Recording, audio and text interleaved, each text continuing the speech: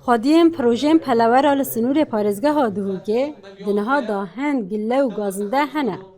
و لگوری گودنینوان نه لاین پیوندی دارونه حکمته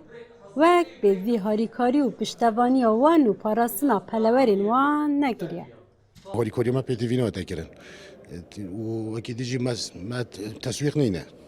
نینه سوق الحر رو بغداد سیکا بغداد بید باشه سیکا بغداد نبی کسی واش منی حکمت چه هاریکاری منو کرد یعنی کسی واش منی 100,000 مشکل ما برن 10,000 مشکل ما برن عادیه هوریک تعویض نینه هاریکاری نینه ما خر نفید بس ما فيد بومت بده تسویقی بلا چه ندانم ما علف هاریکاری نینه چه تو زنینه اتشتخرب منو کرد ایک خادی پروژه دنی پلوار آنجی دبیجه و بمای چندین ساله خادی پروژه پلوار و دنها دا هند نخوشی دنوا پلوارین وان دا پیدا بویه لیوک بدوی درمان و چاره سری جبوی پلوارین وان نهاتی ندا بینگره.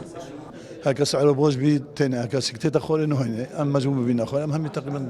ومشكله كما صرنا هاي اوبيا هاي المنطقه هم تقريبا سر بعد قاعه هم هنا قدرت هم خساره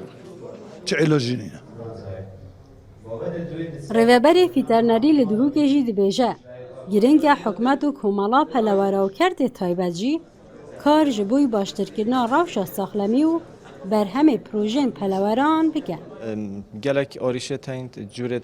تيجالوكا بخدا وات المفقس أو البروجيت وانا دا ديسا مجورة خدان كنا مشكلة تداهين وأوريشة تداهين أوريشة إداري عن بيجينه زيادة باري هند ما تحديات وأوريشة نخوشية جيه تاينه به دجا همي بيج وات كيف نسر كولت كان كهندا جرات تدوي بيش أساسية داد و بر همي ناد توشي هندك